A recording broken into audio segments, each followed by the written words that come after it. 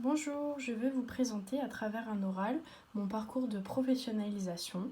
Donc mon oral s'organise en 5 parties avec ma présentation personnelle en première partie, la présentation des ateliers et missions de professionnalisation qui se sont déroulés durant ces 2 années de BTS Tourisme.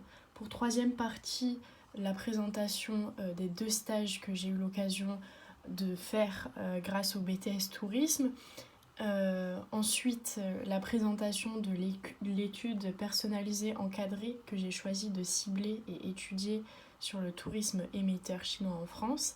Et pour finir, je ferai le bilan de ces 2 années.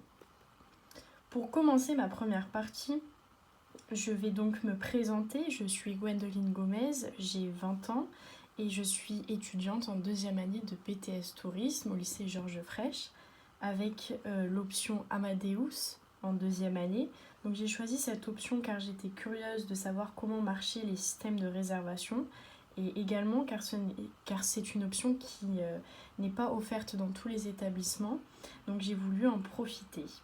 Je suis diplômée d'un baccalauréat économique et social et d'un diplôme de maître nageur sauveteur. J'aimerais poursuivre mes études après le BTS Tourisme en licence soit professionnelle, soit générale, qui s'axe sur le domaine de la géographie et l'aménagement de l'espace et le tourisme durable. Au cours de mon cursus en BTS Tourisme, j'ai réalisé donc plusieurs missions et ateliers de professionnalisation que je vais vous présenter maintenant. Et donc pour commencer, ma première mission quand je suis rentrée en BTS Tourisme était la visite de la journée du patrimoine. Donc la journée du patrimoine représente une journée annuelle des portes ouvertes pour les monuments historiques ayant pour objectif de mettre en avant le patrimoine de manière gratuite et accessible. Le lycée Georges Frêche est considéré comme patrimoine de Montpellier de par l'architecture futuriste du bâtiment. C'est pourquoi, en tant que BTS Tourisme, nous devions organiser une visite guidée du lycée Georges Frêche à l'occasion de cette journée. Alors cette visite s'est élaborée sous 3 étapes, dans une démarche de 3 étapes, avec la première étape, l'identification de la demande, la deuxième étape, la préparation de la visite, et la troisième étape, accueillir et gérer le groupe. Grâce à cette mission, j'ai pu acquérir des compétences qui font référence au référentiel du BTS Tourisme, qui comprend 4 fonctions. À savoir la première fonction, l'accueil, la vente, le suivi de la clientèle en langue française ou en langue étrangère. La fonction 2 qui fait référence à l'accueil, l'animation, l'accompagnement des touristes en langue française et également en langue étrangère. La fonction 3 qui est l'élaboration de l'offre touristique et la fonction 4 qui fait référence à la veille, le traitement et le partage de l'offre touristique. Ensuite, j'ai choisi de vous présenter pour deuxième mission une mission à l'occasion de la marche pour la vue en partenariat avec l'information de la recherche rétinine pigmentaire, l'IRPP, qui avait pour objectif d'organiser une visite guidée dans le quartier d'Antigone à Montpellier pour un public malvoyant ayant des déficiences visuelles. Et donc cette mission a dû se préparer en amont et a dû s'effectuer donc le jour J avec la prise en charge d'un groupe de 15 personnes ayant des déficiences visuelles. Et donc l'objectif et les compétences que nous avons pu acquérir au cours de cette mission font référence aux fonctions 1, 2 et 3. Voilà.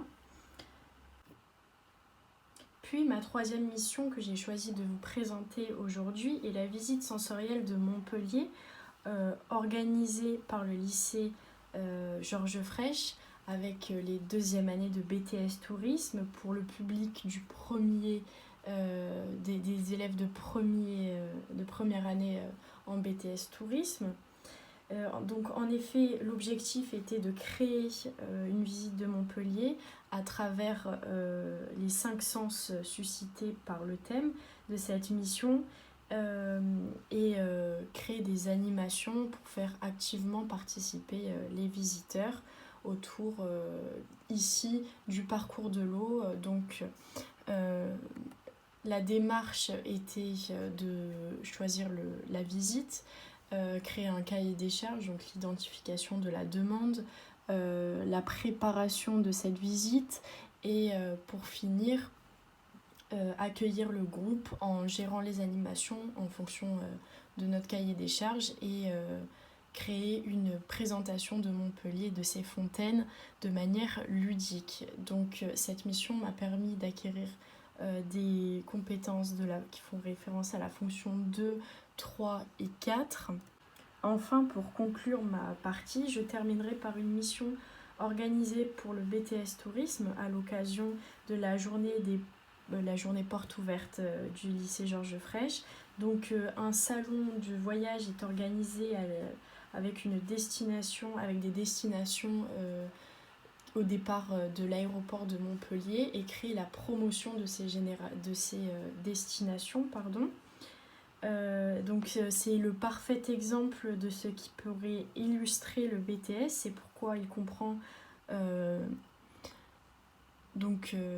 une démarche et un objectif qui font référence à des compétences, aux 4 compétences du référentiel du BTS Tourisme. Donc durant mon BTS Tourisme, j'ai pu profiter de l'opportunité durant mon premier stage de travailler en tant que réceptionniste et guide touristique pour l'hôtel Termes Montbrio durant 8 semaines qui se situe en Catalogne, donc en Espagne.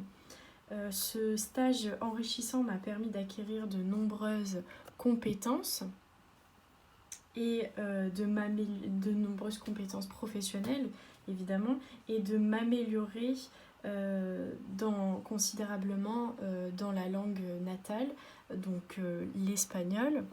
Les travaux et les tâches que j'ai pu réaliser durant ce stage font référence à l'accueil, au check-in, au check-out, au répondre au téléphone pour la demande d'information, etc. Pour mon deuxième stage, j'ai choisi de le faire à la Ligue de l'enseignement, donc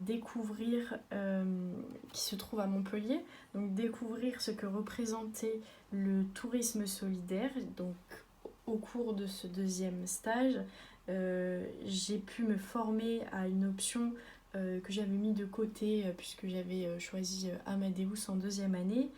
Et de ce fait, grâce à ce stage, j'ai pu mettre en avant cette option de multimédia. Donc mes missions étaient de promouvoir le service BAFA et BAFD pour les directeurs, créer un nouveau site internet plus moderne et la mise en place de l'espace du service BAFA BAFD à la Ligue de l'enseignement sur les réseaux sociaux. Et de ce fait, grâce aux réseaux sociaux et à l'utilisation de WordPress, j'ai pu acquérir des compétences dans la fonction 3 et 4. Donc ici, vous pouvez voir l'ancien site et le nouveau site créé. Concernant l'étude personnalisée encadrée, j'ai choisi de présenter le thème général du tourisme émetteur chinois en France. Donc mon étude tourne autour de la problématique suivante. La France peut-elle s'imposer comme destination touristique majeure auprès de la clientèle chinoise ? Alors ici, pour présenter cette EPE, je vous ai mis une image avec des chiffres clés représentant la France comme la première destination européenne pour les Chinois et donc un objectif visé par Atout France pour attirer cette clientèle chinoise. Donc tout d'abord, l'objectif de cette étude est de recueillir et d'analyser les informations statistiques qui m'a permis de décrire l'activité touristique chinoise en France et d'identifier les nouvelles tendances de ce BTS tourisme, dans le but évidemment de définir si la France peut se positionner comme une destination touristique majeure auprès de cette clientèle. Donc dans un premier temps, il a fallu mettre en place une démarche de recherche méthodique et organisée,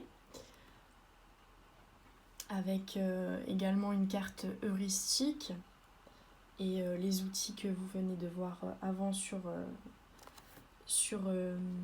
la diapositive précédente. Donc la base de ma réflexion sur ce sujet se cible sur le phénomène touristique des Chinois qui progressent en France, car les Chinois sont en fait les premiers consommateurs touristiques dans le monde entier, comme vous pouvez le voir ici à travers ces 3 graphiques, qui sont les champions de la dépense et qui sont le premier business au monde après les États-Unis en termes de rentabilité économique. Donc le problème constaté est qu'aujourd'hui on voit se développer une clientèle asiatique de plus en plus importante. C'est donc près de 80 millions de touristes chinois par an ayant voyagé en dehors de la Chine. Cette clientèle est importante et prisée par son fort pouvoir d'achat. Donc l'objectif est de comprendre quelles sont les compétences spécifiques à valoriser et à développer pour répondre au phénomène du marché émetteur touristique en France, donc. Mais surtout, puisque il y a aussi des inconvénients et des faiblesses de la France. Donc pour améliorer ces faiblesses et répondre aux problèmes d'image touristique de la France et d'adaptabilité touristique pour cette clientèle. Donc pour étudier ce problème, il a fallu mettre en place un persona pour cibler quel type de touristes chinois la France devait se cibler. Donc le persona typique de ce touriste et de cette clientèle chinoise est aujourd'hui des personnes que l'on peut appeler des millennials. Donc les millennials, c'est des touristes qui sont hyper connectés, qui ont un fort pouvoir d'achat et qui ont besoin de trouver de l'aventure et de l'attraction.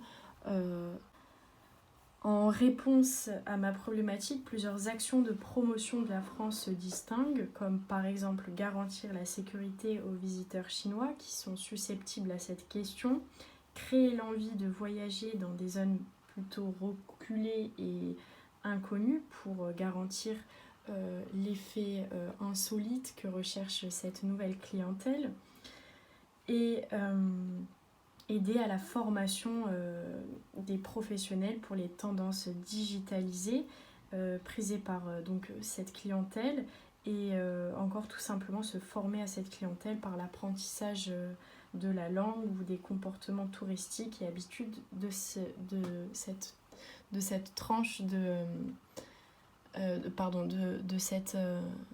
ce marché émetteur mondial.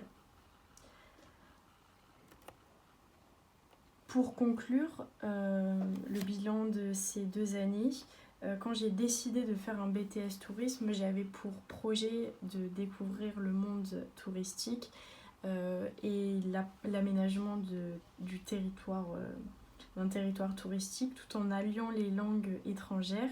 Et il se trouve que le stage que j'ai réalisé en première année dans un hôtel en Espagne m'a permis de m'ouvrir sur le monde professionnel à l'étranger, et j'ai pu grâce aux différentes expériences vécues à travers l'organisation des salons et la participation à travers les événements, la gestion de l'accueil des visiteurs et la gestion des flux, tout cela m'a permis de me rendre compte que j'aimerais vraiment trouver un métier lié à l'organisation de l'aménagement des territoires. C'est pourquoi l'année prochaine, je souhaite me diriger en premier vœu vers une licence tourisme durable à Digne-les-Bains.